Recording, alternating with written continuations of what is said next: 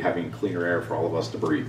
So that's the process that recently went through, and that's the rules that were established that Mr. Berry alluded to that were in effect in 2009 and that we will be complying with when the unit's constructed. This gives you a sense of the order of magnitude of the emissions. As you can look at it, one of the first considerations is, are we a major source or not a major source? And the level of permitting required is dependent on whether you trip that threshold or not. And the answer to the Title I type requirements is no, we're not a major source for any of those criteria pollutants or for the greenhouse gases. Sir, Well, if you don't mind, ma'am. we can't even see those numbers. How do we know they're exactly what you're telling us? We can't even see those numbers up there. Afterwards, I'd be more than glad to show them to you. I have a copy of the permit right here so we can look at those. These are the specific limits that apply to the incinerators. So these are concentration-based limits that would apply to each of the 9 pollutants that are regulated under those EC rules. Could you name those pollutants? Sure can. Particulate matter, or PM, nitrogen oxides, or NOx, SO2, or sulfur dioxide, HCl, cadmium, mercury. HCl is? Hydrochloric acid, hydrogen chloride. Cadmium is CD. Mercury is Hg. Lead is Pb. And dioxins and furans. Is there some barium involved there, sir? These are the limits that are under the EC under rules. the chemicals, can you tell us what else other chemicals are involved there? If you don't mind, I'd like to get through the presentation. We will have a question and answer, and if you have questions about other chemicals, we can certainly talk about those. So if somebody can get that out, that'd be nice. Okay. Please, thank you.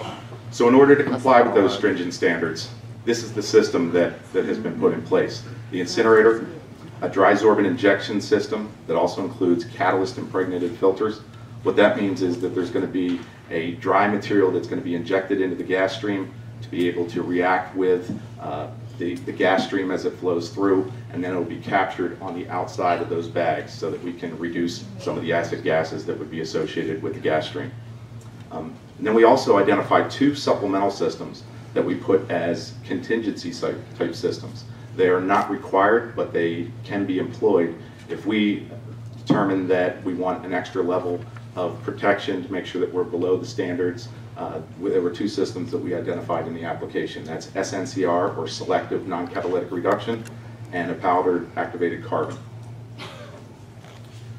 Probably ask, why are you doing all that? And this just gives a little bit of a breakdown of the pollutants and how you would, and what they are used for, how they help you to reduce the different emissions that would be part of the gas stream.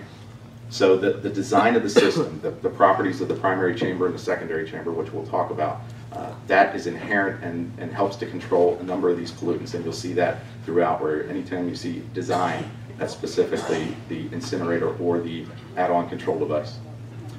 For anything that's particulate matter or metal based, right, those are basically something solid, if you think about it. So the cadmium and the lead right there, in addition to particulate matter, are particles. So mass is mass when it comes to some of those. So if it comes in as a mass, it's got to be collected and it needs to be able to be controlled. So we're going to use those fabric filter type systems to be able to control that. NOx is a product of combustion. So NOx is controlled through the good combustion, and if we determine that we need that add-on, that's where the SNCR would provide additional control.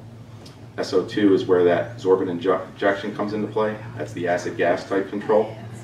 Also, when you collect that material into the sorbent, it's collected on the outside of the bags and therefore controlled. It drops into the fly ash. HCl, once again, through the dry sorbent injection. Mercury is both a gas and a solid, so you have to look at it from both forms. So there's a number of different ways that you can control mercury. The first one is waste segregation. If mercury doesn't get in the waste, it can't come out as an emission. So that's one of the main things that the new rule specifies. It's going to be one of the main things that IWMS is going to be working with the customers to make sure that mercury does not make it into the waste. And Florida actually regulates it so that mercury is not allowed to be in waste that would go to an incinerator. So it really comes back with educating and utilizing the generators, the waste generators. Dioxin furan, once again, comes down to some waste segregation.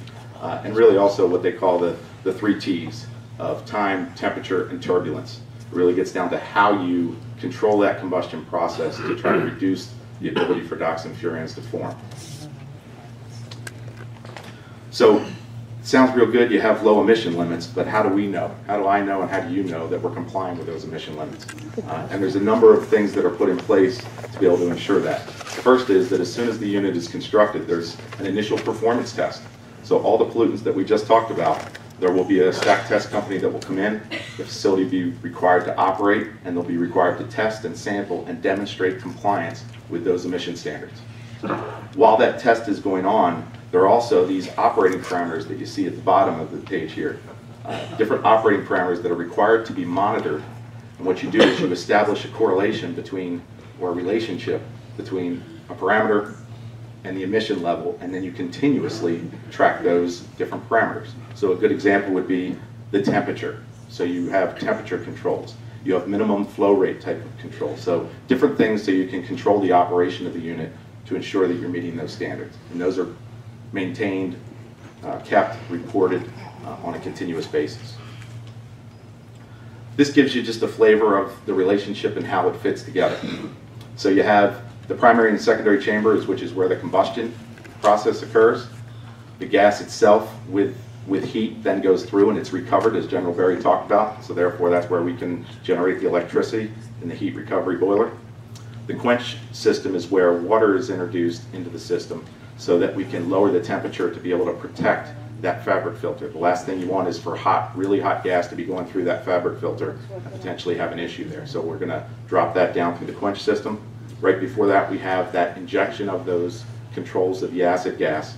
And the bottom 2 units that you see down there, the emergency generators. One of the main concerns here is that we know that there are thunderstorms, we know that there are power outages, we want to make sure that there's not going to be bypass events or emissions that would be associated with those. By having the emergency generator, if we lose power, that unit is able to operate the incinerator and the air pollution control device. So we do not lose the process if we lose power because we have the backup. One of the other distinctions, and I know some folks were talking about it, is what happens to this material? You know, the material comes in as waste. What actually happens to it? What's the breakdown? How do we see where it all goes? And if we use just one pound, or the number 1 kind of as a unity, if 1 pound of waste comes in, there is between 1% and 5% of that would end up as ash. So ash would be the inert material, the metals, anything that cannot be burned. So that would come out in the fly ash, in the bottom ash that you would see right at the bottom of the primary chamber. So that's 1 to 5% of that. The remaining material is therefore then combusted and goes through and is turned into a gaseous phase in the primary chamber. In the secondary chamber is where it is further reduced.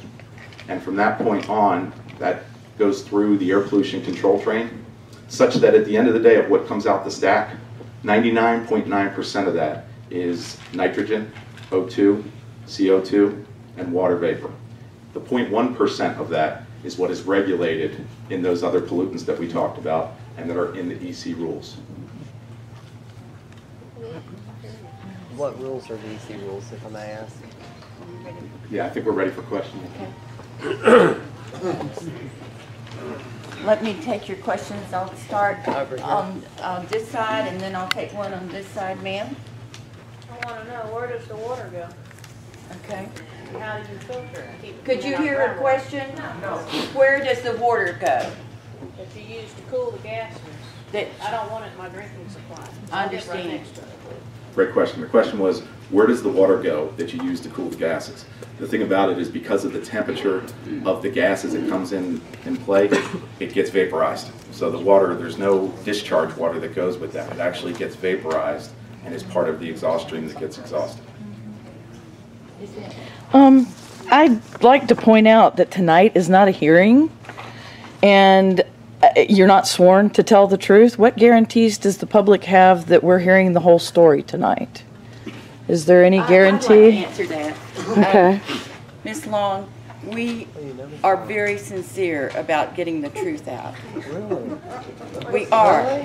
For one thing, I have to tell you, I listened to your radio interview, that talked about that this might be a dump. And I'm saying that, okay, I'll go here. Take your stuff out of Jacksonville. I'm saying